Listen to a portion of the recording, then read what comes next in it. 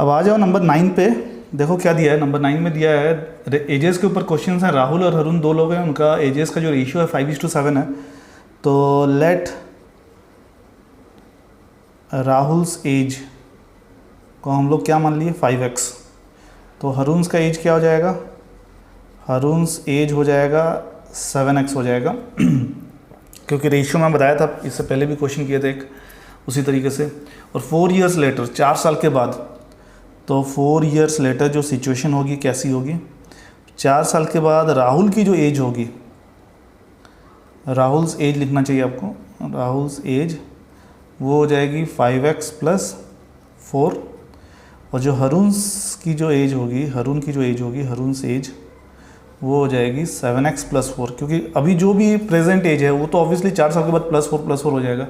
और फिर दिया हुआ है कि उनके एजेस का जो सम है वो 56 ईयर्स है 4 साल के बाद। तो ये इसमें हम लोग को प्लस करेंगे तो 56 आना चाहिए। तो इसको कर रहा हूँ 5x + 4 + 7x + 4 = 56 किया। उसके हिसाब से ये हो जाएगा 5x + 7, मैं डायरेक्ट प्लस कर दे रहा हूँ। 5x और 7x को प्लस करेंगे तो 12x होगा, 4 और 4 को प्लस करेंगे तो 8, ये 56 हो जाएगा। इस इक्वेशन को अगर आप सॉल्व करते हो तो कुछ ऐसे सॉल्व होगा, ये 8 जाएगा तो माइनस हो जाएगा, तो माइनस होगा तो 48 रह गया। और फिर जो x की वैल्यू आएगी वो आएगी 48/12 = 4। तो राहुल का एज, क्योंकि प्रेजेंट एज पूछा है, तो राहुल्स एज जो निकलेगा वो निकलेगा 4 × 50, 5x मतलब 5 × 4 20 आएगा। और अरुण का जो एज आएगा, अरुण एज वो आपका 28 आएगा। क्वेश्चन नंबर 10 में चलते हैं। क्वेश्चन नंबर 10 में दिया है the number of boys and girls in a class are in the ratio 7:5।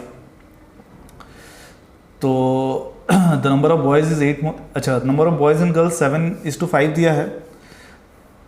तो बॉयज़ ले लेते हैं हम लोग, कितने बॉयज़ हैं, बॉयज़ को ले लेते हैं 7x, और गर्ल्स कितना ले लिए, नंबर ऑफ़ गर्ल्स को ले लिए 5x। ये देखो मैं ऐसे ही लिख दे रहा हूँ, बॉयज़ = 7x। ये आप जब लिखोगे तो प्रॉपरली आपको लिखना पड़ेगा कि number of boys = 7x, number of girls = 5x।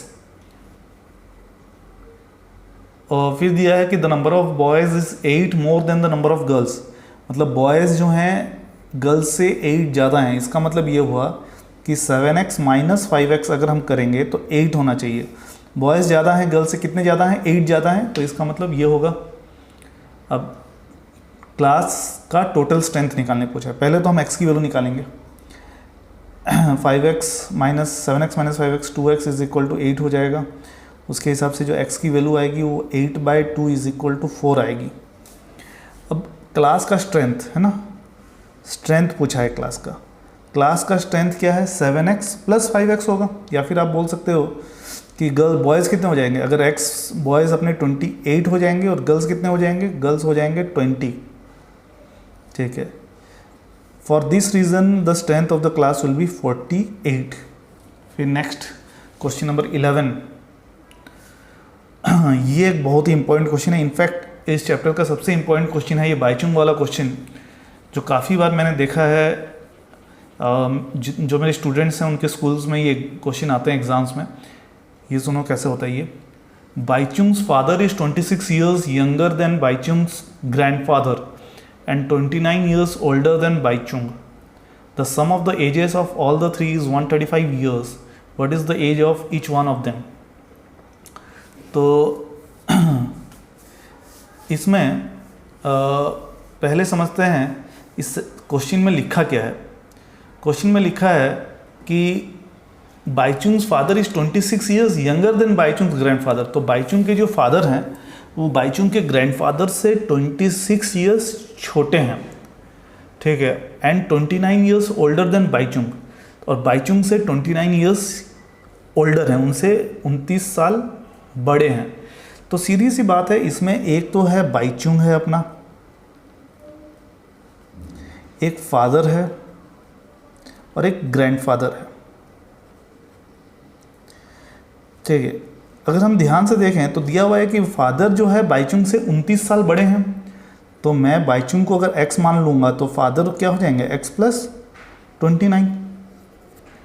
और फिर दिया हुआ है कि बाईचुंग के फादर उनके ग्रैंडफादर से, बाईचुंग के ग्रैंडफादर से 26 ईयर्स यंगर हैं। इसका मतलब ये हुआ कि बाईचुंग के जो ग्रैंडफादर हैं वो बाईचुंग के फादर से भी 29 साल बड़े हैं।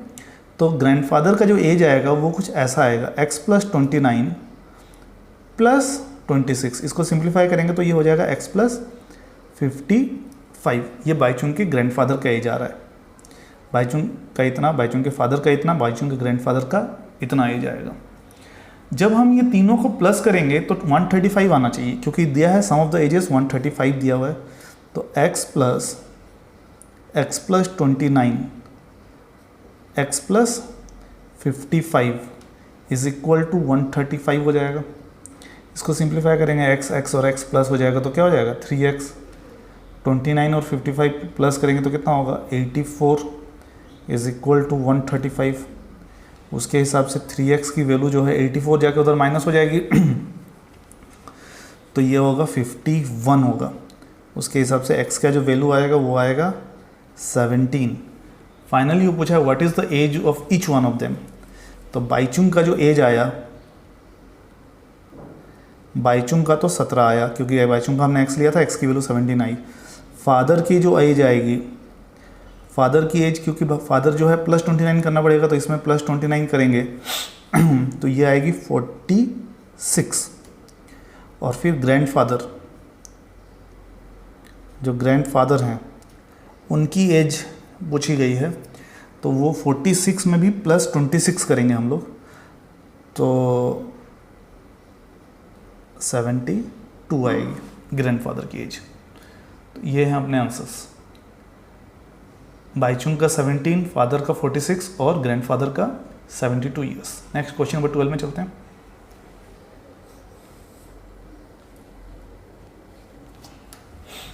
ट्वेल्व में दिया है 15 ईयर्स फ्रॉम नाउ, आज से 15 साल के बाद, ऐसा 15 ईयर्स फ्रॉम नाउ मतलब अभी से 15 साल के बाद, Ravi's age will be 4 times his present age. Ravi का जो एज है वो उसके प्रेजेंट एज का 4 गुना हो जाएगा। What is Ravi's present as?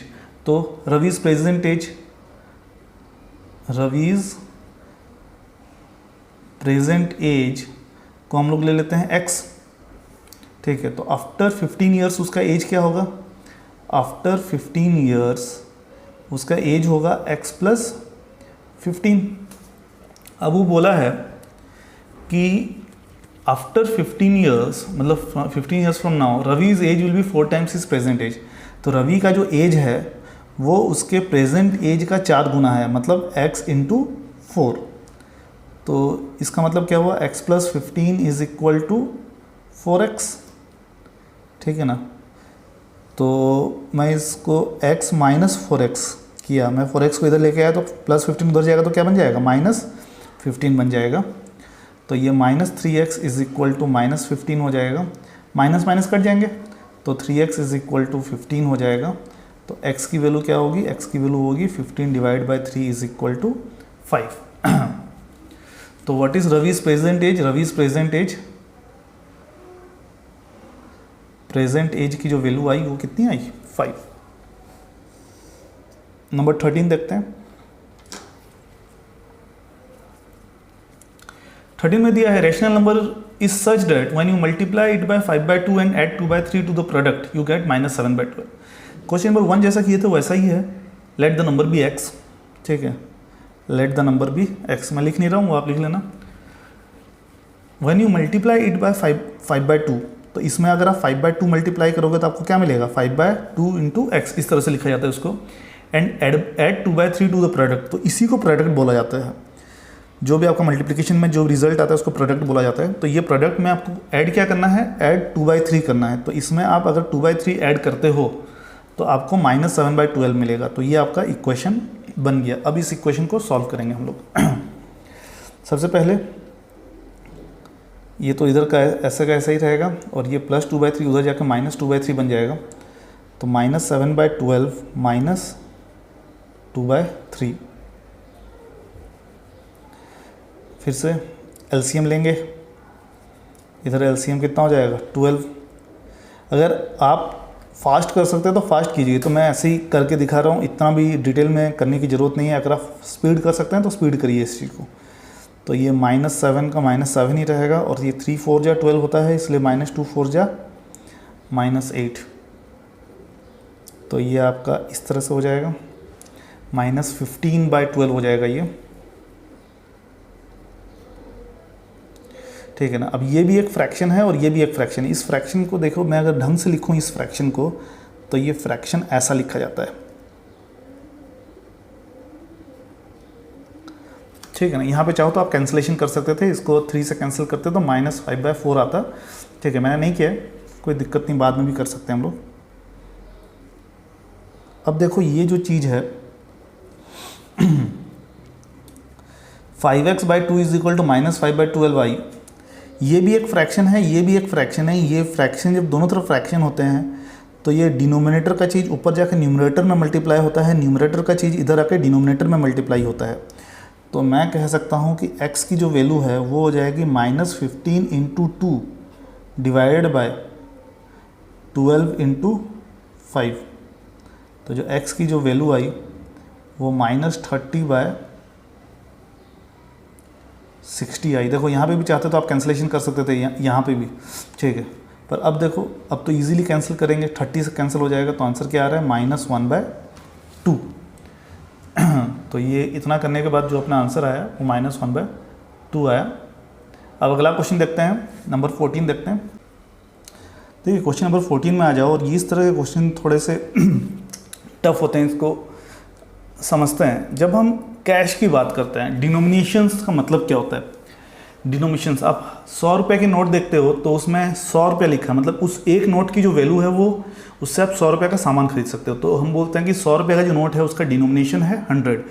आप 1 रुपये का सिक्का देखते हो, कॉइन देखते हो 1 रुपये का, तो 1 रुपीज़ कॉइन का जो डिनोमिनेशन है वो 1 रुपीज़ है, उसका डिनोमिनेशन को हम लोग 1 बोलते हैं। वैसे ही आप 10 रुपीज़ की नोट देखते हो, उसका डिनोमिनेशन 10 रुपीज़ है।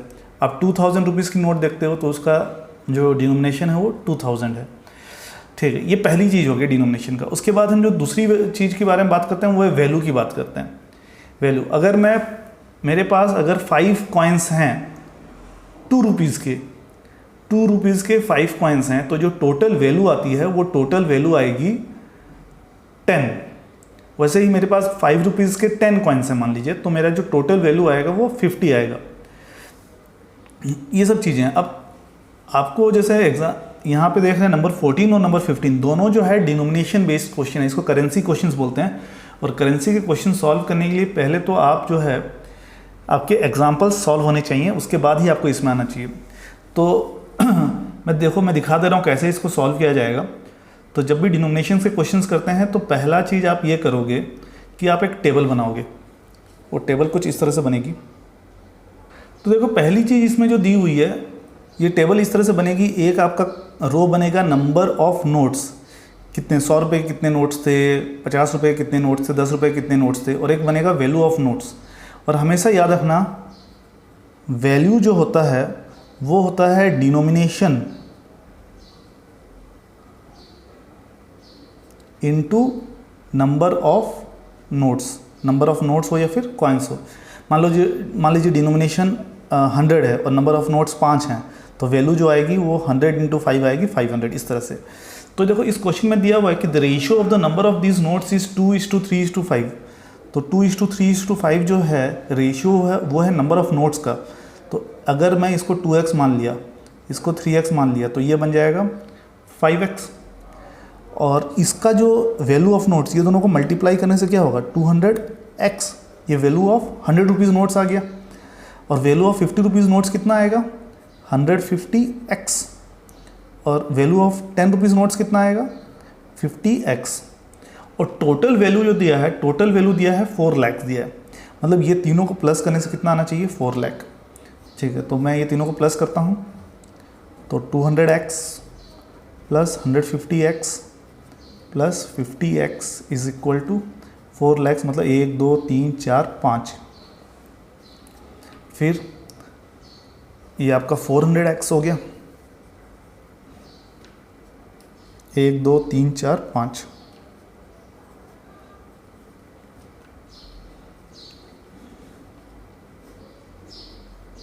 इस तरह से हो जाएगा ये। फिर ये 00 ये 00 के साथ कैंसिल हो जाएगा, और ये कैंसिलेशन के बाद ये आ रहा है 1000 आ रहा है। 4000 डिवाइड बाई 4 कितना हुआ 1000। तो फिर पूछा है how many notes of each denomination does she have.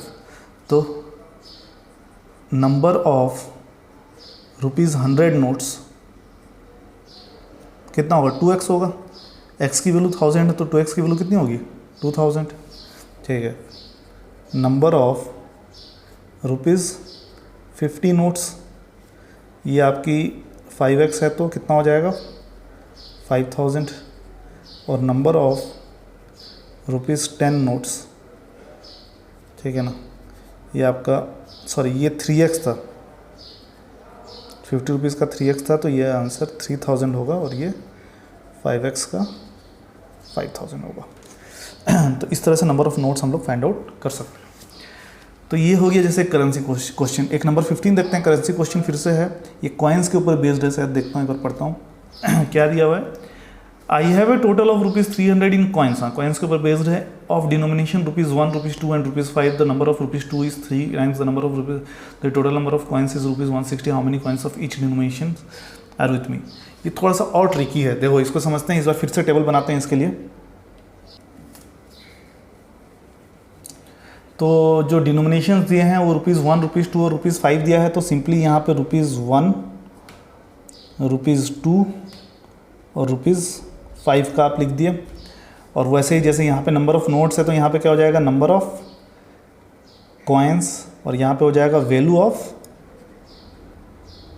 Coins हो जाएगा। फिर देखो दिया है the number of ₹2 coins and ₹3, the number of ₹2 coins is 3 times the number of ₹5 coins.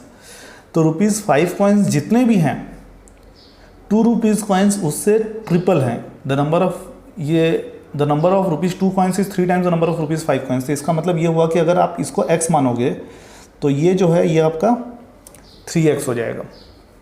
और टोटल नंबर ऑफ कॉइन्स 160 दिया हुआ है, ठीक है। अब देखो समझो इस चीज़ को, टोटल कॉइन्स 160 दे रखा है, उसमें से ₹5 वाले कॉइन्स कितने हैं x, ₹2 वाले कॉइन्स कितने हैं 3x। तो नंबर ऑफ ₹1 कॉइन वो कैसे पता चलेगा, जब हम इससे ये दोनों को हटा देंगे, मतलब हम 160 से 4x को हटा देंगे। ये दोनों को हटाने का मतलब क्या है, 4x हटाना, 3x प्लस x कितना होता है 4x होता है। तो अगर मैं नंबर ऑफ ₹1 कॉइन निकालना चाहता हूँ तो मैं क्या करूँगा, टोटल कॉइन्स में से ₹2 और ₹5 के कॉइन्स को हटा दूंगा, तो जो बचेगा वो ₹1 कॉइन्स बचेगा। तो इसलिए यहाँ पे जो आएगा ये आएगा 160 माइनस 4x आएगा। फिर मैं बोला था वैल्यू ऑफ कॉइन्स कैसे निकलता है, जो भी आप इसमें रहता है मल्टीप्लाई कर दो, तो ये कितना हो जाएगा, ये हो जाएगा 5x, 5 इंटू एक्स 5x होगा। ये कितना हो जाएगा 2 इंटू 3x, ये हो जाएगा 6x। जैसे यहाँ पे किया था 53 या 150x। और ये तो ऐसा का ऐसा ही रहेगा, क्योंकि 1 के साथ मल्टीप्लाई करने का कोई सेंस नहीं बनता है, तो ये ऐसा का ऐसा ही रहेगा। और फिर इस तरह से वैल्यू हम लोग का निकल गया। और फिर ये तीनों वैल्यूज़ को प्लस करने से 300 आना चाहिए, क्योंकि क्वेश्चन में दिया है I have a total of ₹300। तो इसलिए ये तीनों को जो हम प्लस करेंगे 160 minus 4x plus 6x plus 5x is equal to कितना आना चाहिए 300 आना चाहिए। तो 160 minus 4x plus 6x plus 5x क्या होगा 11x इज इक्वल टू 300 होना चाहिए। फिर 160 plus 7x is equal to 300, ये कैलकुलेशन हो गया। माइनस 4x प्लस 11x का साइन के साथ कैलकुलेशन होता है, बहुत सारे बच्चे इसको माइनस 15x लिख देते हैं, वैसा गलती मत करना। फिर 7x की वैल्यू ये जाकर उधर माइनस हो जाएगी, तो 300 से 160 माइनस होगा तो 140 होगा। तो जो x की वैल्यू आ रही है 140 से डिवाइड बाय 7 करेंगे तो x की वैल्यू कितनी आएगी 20। तो जब x की वैल्यू 20 आ गई तो हम फिर पूछे how many coins of each denominations are with me. तो ₹1 कितना है 160 माइनस 4x है, तो ये हो जाएगा 160 माइनस 4 इंटू 20 कितना होता है 80, तो ये हो गया 80। और ये 80 हुआ, और ₹2 का कितना दिया है 3x दिया है, 3x मतलब 60 कॉइन्स हैं, और ₹5 के कितने कॉइन्स हैं, ₹5 का दिया हुआ है, x दिया हुआ है, तो 20 कॉइन्स हैं। तो ये 80 कॉइन्स, ये 60 कॉइन्स और ये 20 कॉइन्स, इस तरीके से होगा। देख लो, मैच कर लो, 25 या 100, ये 100 रुपये इसके हैं और ये 120 रुपये हैं। 62 या 120, 120 रुपये ये हो गया, और ₹1 के 80 कॉइन्स हैं, मतलब 80 कॉइन्स, मतलब 80 रुपीज़, ₹1 के 80 कॉइन्स, तो 80 रुपीज़, 120 रुपीज़, 200 प्लस 100, 300 रुपीज़ हो भी रहा है। अब लास्ट क्वेश्चन देखते हैं।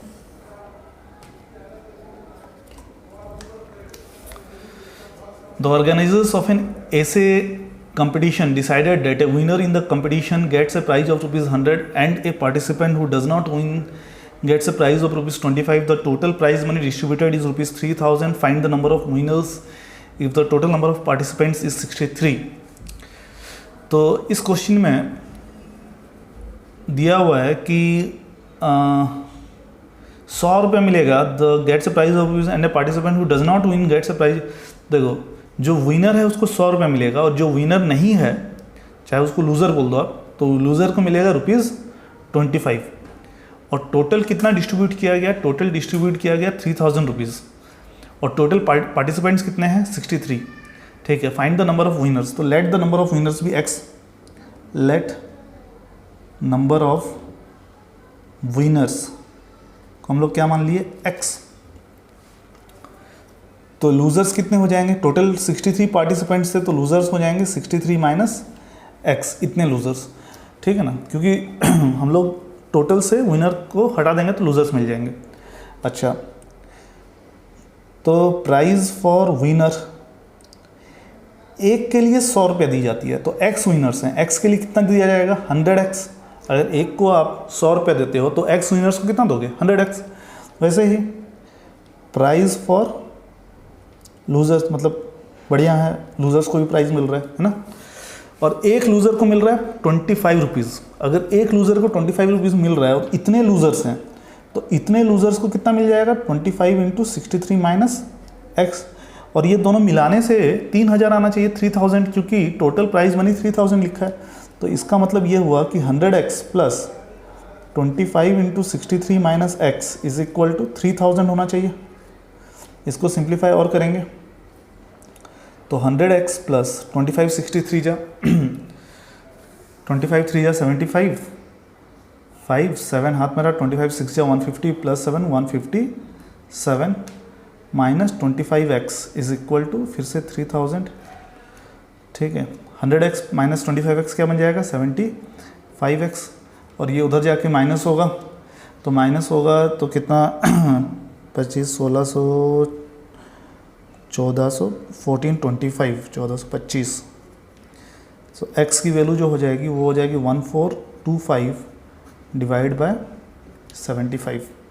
ठीक है, तो x की जो वैल्यू आएगी, ये आप कैंसिलेशन करोगे, 25 से कैंसिलेशन करने पे कितना हो रहा है, 25 से कैंसिलेशन करने पे 25 6 या 25 5 या 125 57 बाई 3, फिर ये 19 आ रहा है। तो x की वैल्यू कितनी आई, 19, और x की वैल्यू 19 आई, तो find the number of winners. So the number of winners, last में statement, so the number of, आप NUMBR लिखना, मैं तो NO छोटा सा लिख दे रहा हूँ। सो द नंबर ऑफ विनर्स